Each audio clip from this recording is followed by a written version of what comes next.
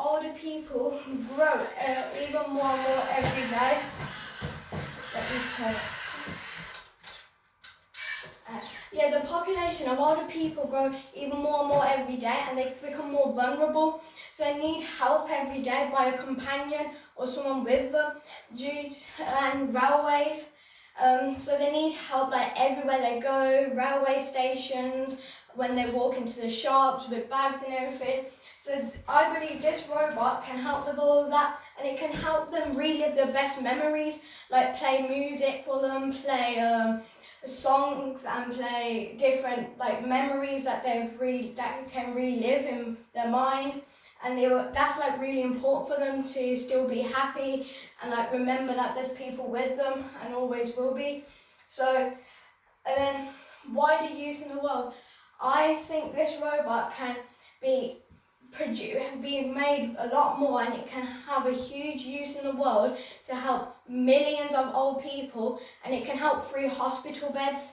So then they can go home, they know that they have a companion to look after them, make sure that they take their pills, and then that means hospital beds are freed, and then that means like every old person is happy, and they can take their medicine and everything on time. And can it be sold? So I think absolutely Pepper can be sold, because from my research last year, £2.2 billion in market value has been, so that means it's still growing, and it will keep growing due to the older people and a lot more people reaching that older stage. So I think Pepper can be sold, and I reckon we can make it at a cheap price, so then we can help old people make it affordable, and they can just follow with it, and it will just help them with everyday items and everything that they struggles. So do you guys have any questions? Yes, lots of questions. Well done, first of all. It's really thoughtful, and something really important to make sure that as engineers we do look at social value and what we can bring to society. So tell me a bit about where your robot will get the intelligence to do all of those things.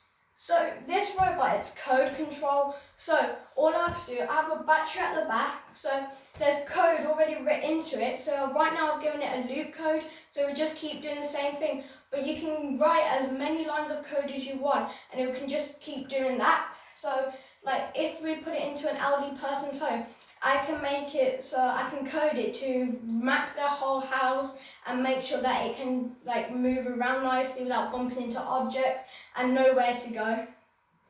Okay. So if your robot needed to give the old person tablets and stuff, you'll code all of that in.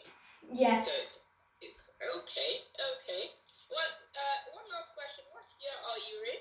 I'm in year 10, so I'm 14 years old. Okay, wonderful. Thank you very much. I'll hand over to Sana now, who's got a question for you. I was really intrigued with this idea, Suleiman. I'm really impressed with how you have kind of come up with an idea and actually done something about it. And the empathy you have with the older generation is really good to see. So I'm really impressed, first of all. Can you also just tell me a little bit about your codings? So is it everything that you've just demonstrated today? Have you actually done it all by yourself? Or you've had some help from... No, the coding language, I'm all self-taught and everything. So the coding language, I've taught myself from like example codes, and then started to learn them, started to read them into making myself be able to code robots like this now, and yeah. And have you thought about other applications of the robot apart from just kind of putting the pills or helping them with the grocery? It could be assisted walking? Is that something that you've thought of?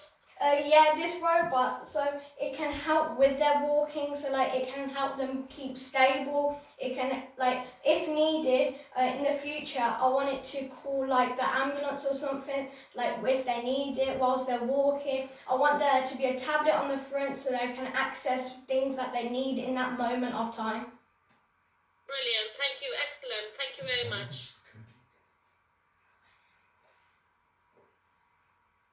Thanks, Suleiman. It was a fantastic presentation. I really enjoyed it. Just, I guess, building on what Sana said, have you spoken to sort of several elderly just to understand or to get an idea in terms of what some of their challenges are, and if whether there's any same patterns across the sort of the people you've spoken to? Yeah, I've talked to my grandma about it, and it's actually helped her a lot. It's helped her keep on top of her pills, her medicines, and it can map her house and stuff like that. So it can go around her house without bumping into objects. And also I have shown Peter Jones Foundation this robot. They've got to see it and talk about it. I've talked about it to them. So yeah, a few people have seen it and they really liked it. And my nan uses it. Brilliant, thank you. Just last question from me, I guess, from what you've done up to now, what's the bit that you've enjoyed the most?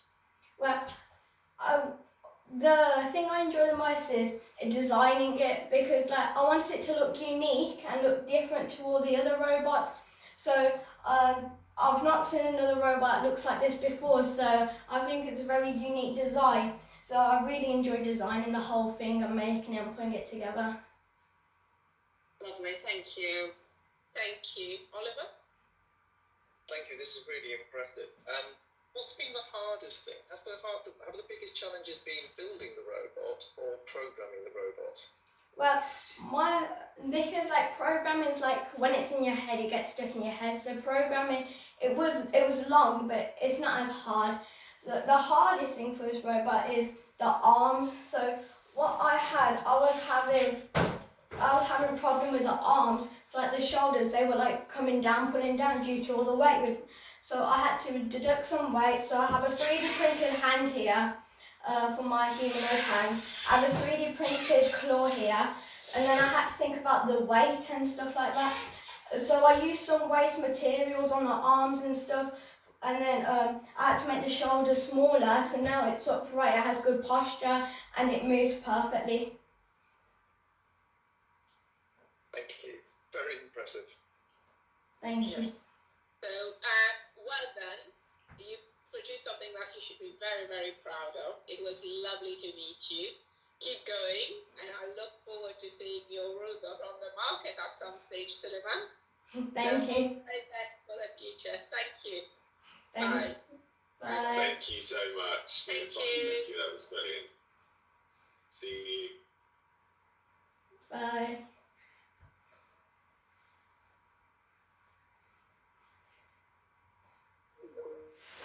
Done so, you did so well. How do you think it went? Good. You've done really, John. You did really, really well. And the good thing is, oh, is recording.